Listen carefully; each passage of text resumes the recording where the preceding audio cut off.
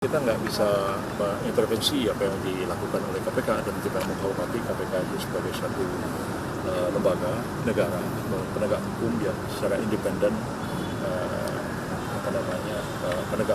menegakkan hukum, termasuk juga kewenangan yang ada pada mereka untuk menahan, mencegah orang pergi ke luar negeri dan sebagainya, yang kita hormati keputusan yang diambil oleh KPK. Jadi kepada orang yang ditahan oleh KPK itu kita hormati juga hak-haknya untuk melakukan pembelaan. Silahkan dia menghubungi lawyers, pengacara, untuk juga melakukan upaya-upaya hukum supaya hukum kita itu ditegakkan dengan betul. Jadi KPK bisa menahan orang, bisa menyatakan orang sebagai tersangka, bisa mencegah orang pergi ke luar negeri.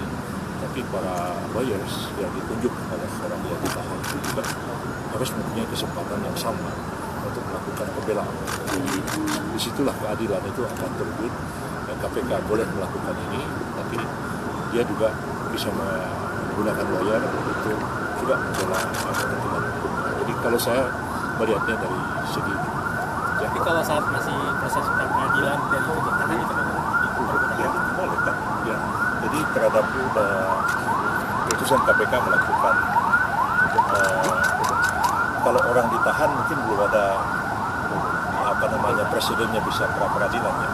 Tapi kalau orang ditetapkan sebagai tersangka, itu bisa diajukan pra-peradilan apabila kita berpendapat bahwa dua bukti permulaan yang cukup itu tidak dipenuhi. Jadi belum masuk ke materinya. Tapi kalau ada pihak yang mengatakan ketika dia ditahan, bisa nggak keputusan penahanan itu digugat pra-peradilan? Memang aturan hukum kita belum ada. Ya, tapi kalau mereka mau coba, silakan aja. Dan saya sebagai pemerintah akan melihat itu. Sebab begini, orang ditahan itu kan karena 3 alasan. Ya, pertama, dia ditahan karena khawatir dia akan melarikan diri. Ya, yang kedua, khawatir akan menghilangkan barang bukti.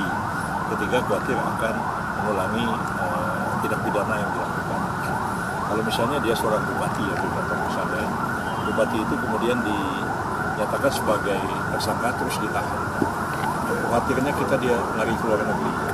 Kan kita lihat ada jaminan dia tidak akan pergi ke luar negeri dan lain-lain sebagainya. Kedua, dia akan mengulangi perbuatan. Dia nggak jadi bupati lagi. Bagaimana dia mengulangi perbuatan itu? Dia bisa mengulangi kalau dia jadi bupati. Yang ketiga, kalau dia menghilangkan barang bukti, semua alat bukti sudah ada di tangan penyidik. Kalau orang itu tidak puas dia ditahan, bisa ya kalau mau mengajukan gugatan pra-peradilan. Kita lihat aja seperti kita lihat apa ada di putusan itu.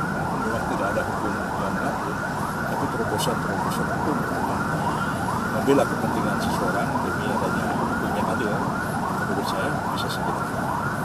Seperti dulu kan pra-peradilan tentang penetapan tersangka kan tidak ada, tapi kan kemudian dicoba, diputuskan dan kemudian dia menjadi jurisprudensi.